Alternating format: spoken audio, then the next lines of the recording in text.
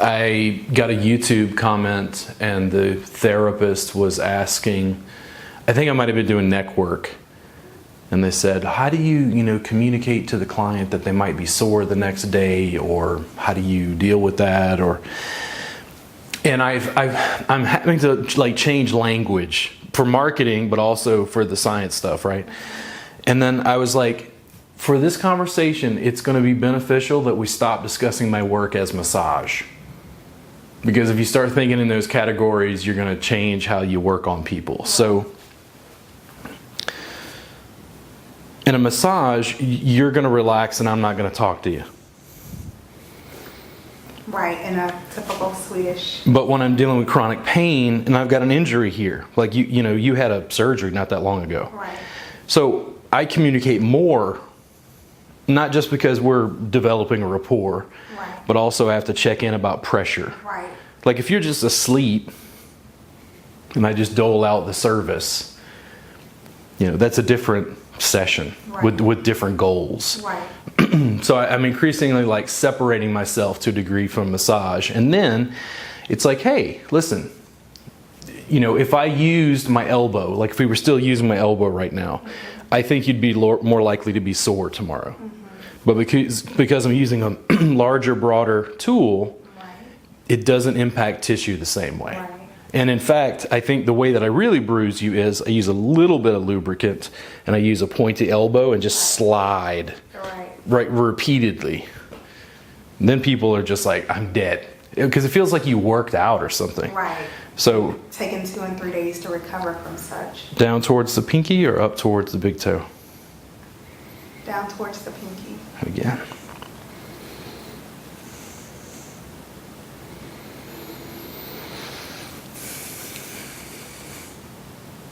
If you were here for a full session, I'm likely to work on this for 30 minutes, talk with you, mm-hmm, and then the person falls in for 45 minutes. Mm-hmm. Nothing is said.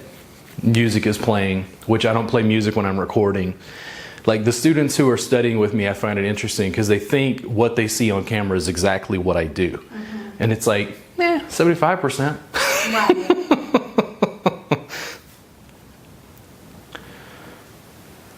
All right.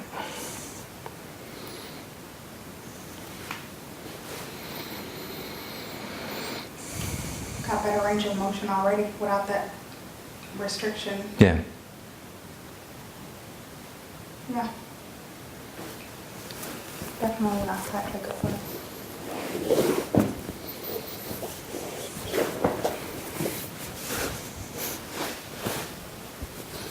Now, if I come in here, is that okay? That's perfect. All right.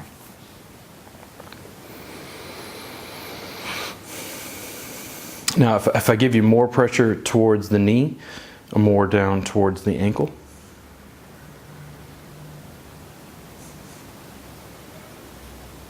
Any difference? I think it's towards the ankle. It's better. Okay. So I'm going to scoot just a little bit lower. How's that? That's good. Okay. And again, still down towards the ankle. There. I usually don't. I normally have a high pain tolerance, and I don't love pain. A black woman in America with 5 kids having a high pain tolerance? No way. Baby, you are a survivor. That indeed I am. But for this, it feels like that. The more pressure that's on that lower ankle, that injured area, the better it feels. Okay. So students consistently want a sequence. Mm-hmm. And what I found was the more particular the problem, the more I communicated with the... So I had a bunch of tools and I had a potential sequence. Mm-hmm. But what I really had to do was communicate with the client. That I can't teach sequentially. Like it's hard because like with doctors and nurses, bedside manner. Right. The bedside manner, did you know that like bedside manner with doctors like drastically reduces their risk of like being sued for like malpractice? She's like, oh God. Yes, of course it does. But it's more that the doctor wasn't looking at a screen. He actually looked at me and acted like I was a human instead of a number or whatever. Yeah. Too much on your toes there? No. Okay. Now if I pull you just a little bit back, does it feel like the movement's beneficial? Or do you just like to sit still? No, I think that stretch, that extra Okay, stretch just is length. actually good. Yeah. Now if I pull you to one side or the other. Maybe lateral's good. Out this way? Yeah. There we go.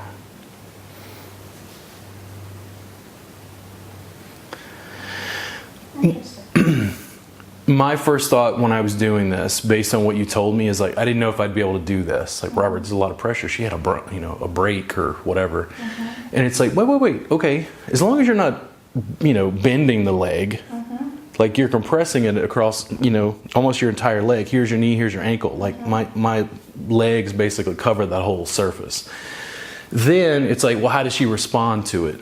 Because I could do a light version of it. Like I started a little higher and then went down. And then your response is like, oh no, the more pressure feels good. Right. From there, it's like it tells me that it's mostly safe. Yeah. Like a lot of what therapists think of as contraindications, I keep trying to explain to them that if they use their anatomical, physiological knowledge, it's a caution. Right. Like you communicate with the person. Usually, before you would deliver so much pressure that it would cause injury, they're going to go, ow. Right. Right. And then you back off, right? Yeah. As to not impose injury. Any tingles in your toes? No. No? Okay. They're probably cold, aren't they? A little bit. Normally the blood flow, the compression is so deep. Yeah. No.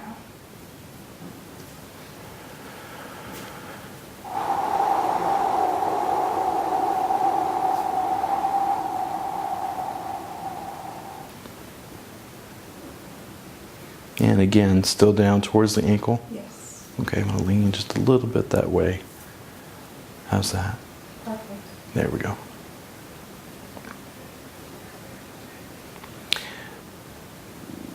I'll continue giving therapists sequences, but it's not really how I teach.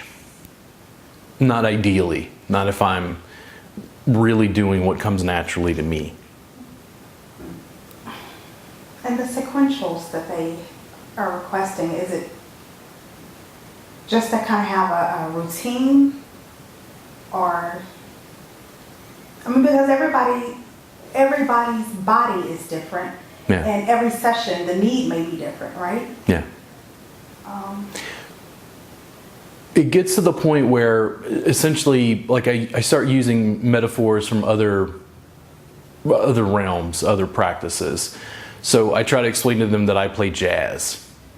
And jazz is fundamentally an improvisational art. Okay. Like it's, like how do you teach improvisation? Well, one, you have to have enough basis and like scales. You have to have enough theoretical understanding to know like, okay, the sharps and flats and what goes together, right? But past a certain point, I can't teach you to be Coltrane. Like you have to, Right. I'm going to slowly back off here.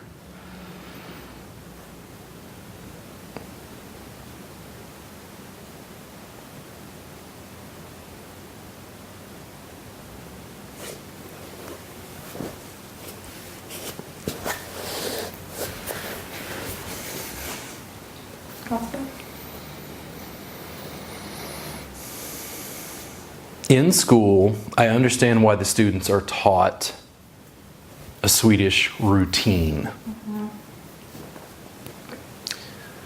I think there's a place in our industry for people to be service providers and just provide the, relaxing massage. Pain relief stuff is never going to be a sequence. A protocol. Right.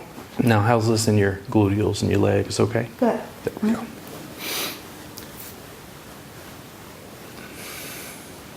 My way of giving them the basics is 700 pages of sequence manuals, 9 DVDs of core content, in which I covered like 10% of what I do, And then I went, okay, let's do a subscription service. And we're edging up on 400 hours there. We're not done. Wow.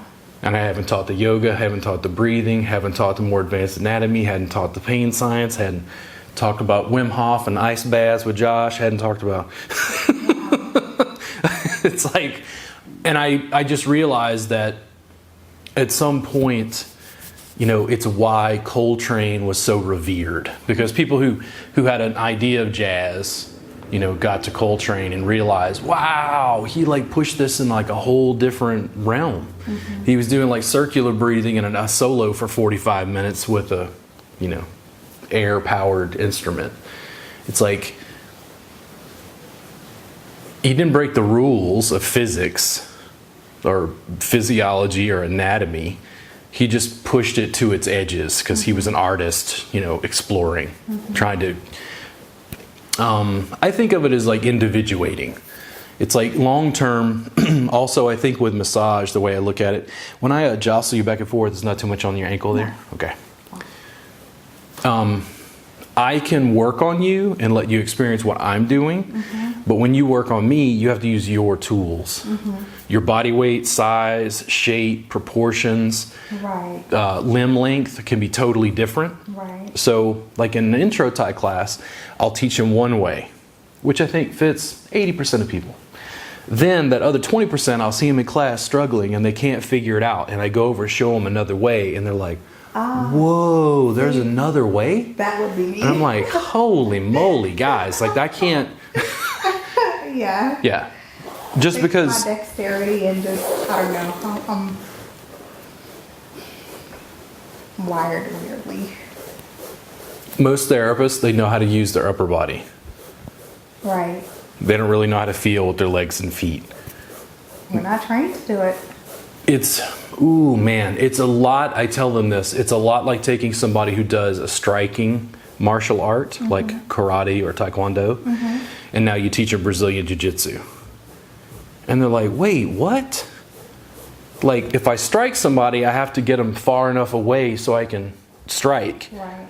Brazilian jiu-jitsu completely pulls you in and brings you to the mat so you can't strike, Right. or not as easily.